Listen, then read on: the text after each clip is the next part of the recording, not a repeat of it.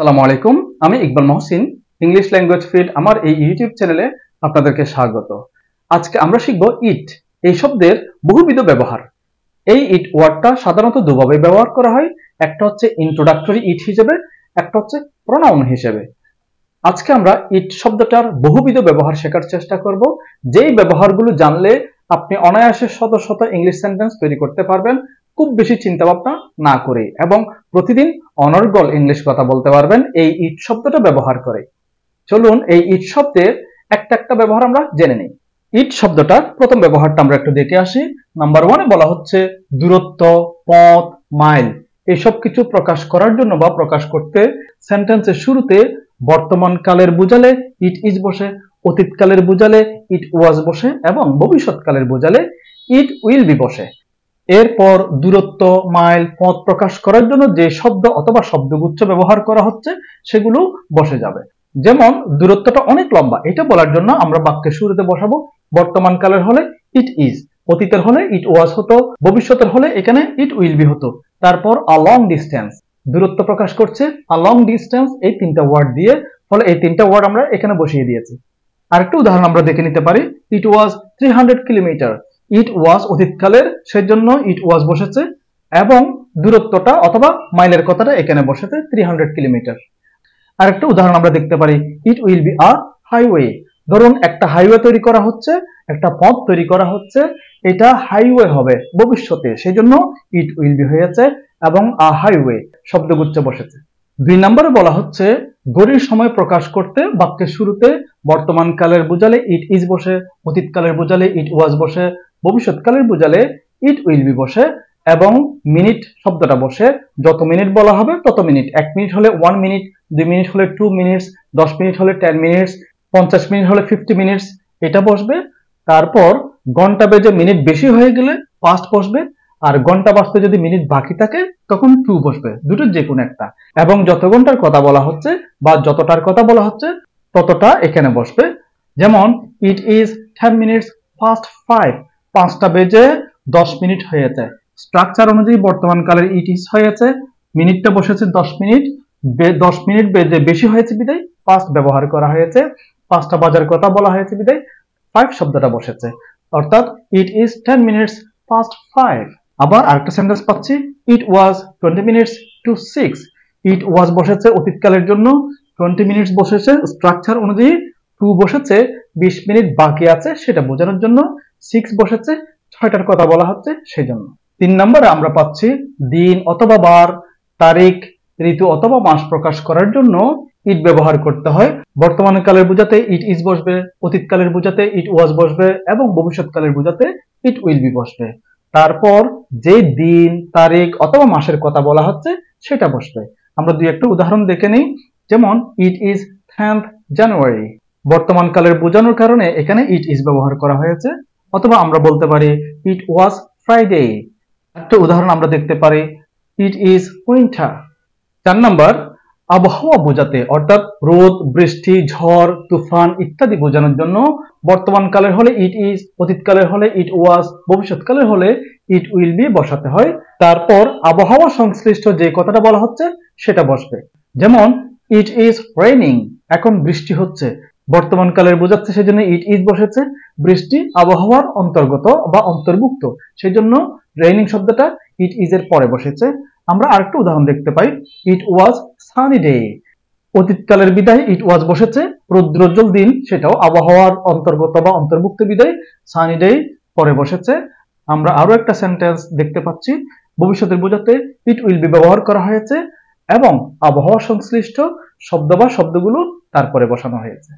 5 নম্বরে বলা হচ্ছে তাপমাত্রা প্রকাশ করার জন্য বর্তমান কালের বোঝাতে ইট ইজ, অতীতকালের বোঝাতে ইট ওয়াজ, এবং ভবিষ্যৎকালের বোঝাতে ইট উইল বি বসে বাক্যের শুরুতে।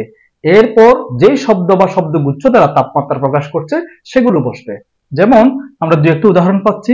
প্রথম উদাহরণ হচ্ছে it is very cold today, আজ খুব ঠান্ডা, বর্তমান কাল বোঝাচ্ছে সেজন্য ইট ইজ বসেছে, এবং যে শব্দ বা শব্দগুচ্ছ দ্বারা ঠান্ডা বা তাপমাত্রা বোঝাচ্ছে সেগুলো বসেছে। দ্বিতীয় একটা উদাহরণ পাচ্ছি, ইট ওয়াজ হট ডে ইয়েস্টারডে, গতকাল ছিল খুব উষ্ণ দিন, গতকালের কথা বলা হচ্ছে সেই জন্য ইট ওয়াজ বসেছে, এবং তাপমাত্রা প্রকাশ করছে বিধায় এই শব্দগুলো দিয়ে সেজন্য ইট ওয়াজ এর পরে শব্দগুচ্ছগুলো বসেছে। তারপর একটা উদাহরণ পাচ্ছি, it will be moderate in spring, ভবিষ্যৎকালে বোঝাচ্ছে সেই জন্য ইট উইল বি, এবং তাপমাত্রা প্রকাশ করছে এই শব্দগুলো দিয়ে সেজন্য ইট উইল বির পরে মডারেট ইন স্প্রিং শব্দগুলো বসেছে।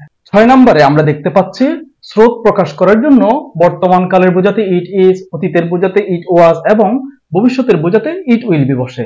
তারপর যে শব্দগুলো দিয়ে স্রোত প্রকাশ করছে সেই শব্দগুলো বা কথাগুলো বসে, যেমন ইট ইজ বর্তমান কালের বোঝাচ্ছে সেই জন্য ইট ইজ বসেছে। হাই টাইড, হাই টাইড মানে জোয়ার, এটাও স্রোতের একটা অংশ সেই জন্য এটা শেষে বসেছে। আরেকটা উদাহরণ পাচ্ছি, অতীতকালের বোঝাচ্ছে বিদায় ইট ওয়াজ বসেছে। তারপর লো টাইড বসেছে, লো টাইড মানে ভাটা। 7 নম্বর আমরা পাচ্ছি কোনো কিছু মনে হচ্ছে বোঝাতে, অর্থাৎ কোনো পরিস্থিতি দেখে অথবা কোনো মানুষকে দেখে অথবা কোনো বিষয়বস্তু দেখে আপনার কোনো একটা কিছু মনে হচ্ছে, এই মনে হচ্ছে সেটা প্রকাশ করার জন্য বাক্যের শুরুতে ইট সিমস দ্যাট এই কথাটা বসাতে হবে। তারপর আপনার যেটা মনে হচ্ছে সেটা বসিয়ে দিবেন, ব্যাস। যেমন আমরা এখানে দুটো উদাহরণ পাচ্ছি, it seems that they will win, দেখে মনে হচ্ছে অথবা এটা মনে হচ্ছে যে দে উইল উইন, তারা জিতবে, তারা জিতবে সেটা আমার মনে হচ্ছে, সেই জন্য এই কথাটা শেষে বসছে, শুরুতে ইট সিমস দ্যাট কথাটা বসেছে। আরেকটা উদাহরণ আমরা পাচ্ছি, it seems that he is honest, কোনো একজন মানুষকে দেখে আমার মনে হয়েছে যে তিনি অনেস্ট, এই আমার মনে হয়েছে সেই জন্য ইট সিমস দ্যাট কথাটা বসানো হয়েছে এবং আমার যা মনে হয়েছে সেটা আমি শেষে বসিয়েছি এই সেন্টেন্সে। 8 নাম্বার, এটা খুব ইন্টারেস্টিং, অতীত সময় বোঝাতে আমরা এই স্ট্রাকচার ফলো করতে পারি। এই স্ট্রাকচারের শুরুতেই ইট ইজ বসবে, তারপর পিরিয়ড অফ টাইম অর্থাৎ টোটাল একটা সময় বসবে, তারপর সিন্স শব্দটা বসাতে হবে, তারপর নাউন অথবা প্রোনাউন বসতে পারে, তারপর একটা ভার্ব বসবে কিন্তু সেই ভার্বের পাস্ট ফর্ম। উদাহরণের মাধ্যমে আমরা একটু ক্লিয়ার হয়ে নিই। ইট ইজ 5 ইয়ার্স, ইট ইজ বসছে 5 ইয়ার্স পিরিয়ড অফ টাইম, তারপর সিন্স বসেছে, নাউন অথবা প্রোনাউন হিসেবে আই বসেছে, তারপর ভার্বের পাস্ট ফর্ম, এরপর যা যা বসার বাকি অংশটা বসেছে। অর্থাৎ it is 5 years since I saw you, আমি আপনাকে দেখেছি 5 বছর হয়ে গেছে, এই ধরনের কথাগুলো বলার জন্য এই স্ট্রাকচার ফলো করতে হয়। আরেকটা উদাহরণ আমাদের হাতে আছে, it is 10 years since I went there, আমি সেখানে গিয়েছি 10 বছর হয়ে গেছে, এই ধরনের কথা বলার জন্য শুরুতে ইট ইজ বসেছে, 10 ইয়ার্স পিরিয়ড অফ টাইম বসেছে, সিন্স বসেছে, নাউন অথবা প্রোনাউন হিসেবে আই বসেছে এবং মূল ভার্বের পাস্ট ফর্ম হিসেবে গো এর ওয়েন্ট ফর্ম বসেছে, তারপর বাকি অংশটা বসেছে। আমি সেখানে গিয়েছি অনেক বছর হয়েছে, আমি আপনার সাথে দেখা করেছি অনেক দিন হয়েছে, আমি এই খাবারটা গিয়েছি অনেক দিন হয়েছে, এই টাইপের কথাগুলো বলার জন্য আমরা ইট দিয়ে এই স্ট্রাকচারটা ফলো করতে পারি। 9 নম্বরে আমরা পাচ্ছি কোনো সাবজেক্ট অর্থাৎ কোনো নাউন কিংবা প্রোনাউনের উপর জোর দেওয়ার জন্য বর্তমান কালে বোঝাতে ইট ইজ, অতীতকালের বোঝাতে ইট ওয়াজ এবং ভবিষ্যৎকালের বোঝাতে ইট উইল বি ব্যবহার করা হয়। তারপর যে বিষয় নিয়ে কথা বলা হচ্ছে সেই বিষয়টি বসে, যেমন it is you who broke the glass, তুমি সেই ব্যক্তি যে গ্লাসটা ভেঙেছ, অর্থাৎ গ্লাস তুমি ভেঙেছ, অন্য কেউ না। এই তুমি শব্দের উপর জোর দেওয়ার জন্য ইট ইজ ব্যবহার করা হয়েছে। আরেকটা উদাহরণ আমরা পাচ্ছি, ইট ওয়াজ রহমান হু প্লেড ওয়েল, রহমানই সে ব্যক্তি যিনি ভালো খেলেছেন, অন্যদের চেয়ে রহমান বেশি ভালো খেলেছেন, এটা বোঝানোর জন্য ইট ওয়াজ ব্যবহার করা হয়েছে। আরো একটা উদাহরণ আমাদের সামনে আছে, it is you who have to do the work, তোমাকে এই কাজটা করতে হবে, তুমি সে ব্যক্তি যাকে এই কাজটি করতে হবে, তুমি ইউ এটার উপর জোর দেওয়ার জন্য ইট ইজ ব্যবহার করা হয়েছে। অর্থাৎ কোনো ব্যক্তি বা সাবজেক্টের উপর বিশেষভাবে জোর দেওয়ার জন্য আমরা বাক্যের শুরুতে ইট ইজ, ইট ওয়াজ অথবা ইট উইল বি ব্যবহার করতে পারি ওই ব্যক্তিটাকে বা ওই সাবজেক্টকে বোঝানোর জন্য। 10 নম্বরে বলা হচ্ছে কোনো একটি কাজ করার সময় হয়েছে, এটা বোঝানোর জন্য ইট ইজ টাইম টু এই কথাটা বসে, তারপর মূল ভার্বের প্রেজেন্ট ফর্ম বসে, অর্থাৎ যেই কাজটি করার সময় হয়েছে সেই কাজের ভার্ব ফর্মের প্রেজেন্ট ফর্ম বসে। আমরা জানি টু এর পরে মূল ভার্বের প্রেজেন্ট ফর্ম বসে, যে কাজের কথা বলা হচ্ছে সেই কাজের প্রেজেন্ট ফর্মটা বসাতে হবে। ধরুন ঘুমানোর টাইম হয়েছে, তাহলে আমরা বলতে পারি ইট ইজ টাইম টু স্লিপ, পড়ার সময় হয়েছে বা টাইম হয়েছে আমরা বলতে পারি ইট ইজ টাইম টু রিড, যাওয়ার সময় হয়েছে তখন আমরা বলতে পারি ইট ইজ টাইম টু গো। 11 নম্বর, এটা খুব ইন্টারেস্টিং। 11 নম্বরে বলা হচ্ছে কোনো একটি কাজ করার সময় ইতিমধ্যে পার হয়ে গেছে, যখনই করার কথা ছিল ওই সময়টা চলে গেছে, এখন আর অপেক্ষা করার সুযোগ নেই, এখনই করতে হবে, কাল বিলম্ব না করে এখনই করতে হবে, আর অপেক্ষা করার মতো টাইম হাতে নেই। সেই ধরনের কথা প্রকাশ করার জন্য বা সেই ধরনের বিষয় প্রকাশ করার জন্য যেভাবে আমরা বলবো সেটা হচ্ছে ইট ইজ হাই টাইম। এখানে হাইকে ব্র্যাকেটের মধ্যে রেখেছি, তার মানে হচ্ছে হাই বললেও বলতে পারেন, না বললেও কোনো সমস্যা নেই। অর্থাৎ ইট ইজ টাইম কিংবা ইট ইজ হাই টাইম দুভাবেই বলা যায়। তারপর যার কাজটি করার কথা ছিল তার নাম বসবে এবং যে কাজটি করার কথা ছিল তার পাস্ট ফর্ম বসবে।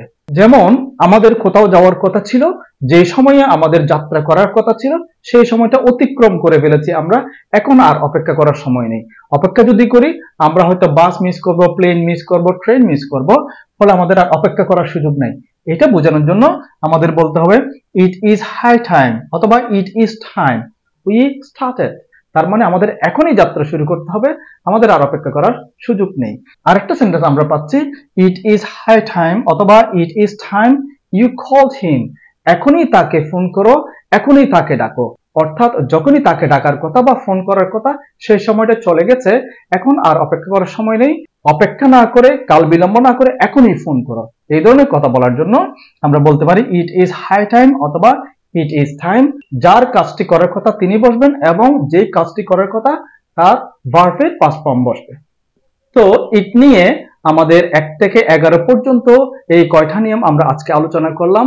আমার দৃঢ় বিশ্বাস এগুলো যদি আপনারা মনোযোগ সহকারে দেখেন এবং নোট করেন এবং অবশ্যই যদি প্র্যাকটিস করেন, আপনাদের রিটেন বলেন, স্পিকিং বলেন, অনেক বেশি ইজি হয়ে যাবে।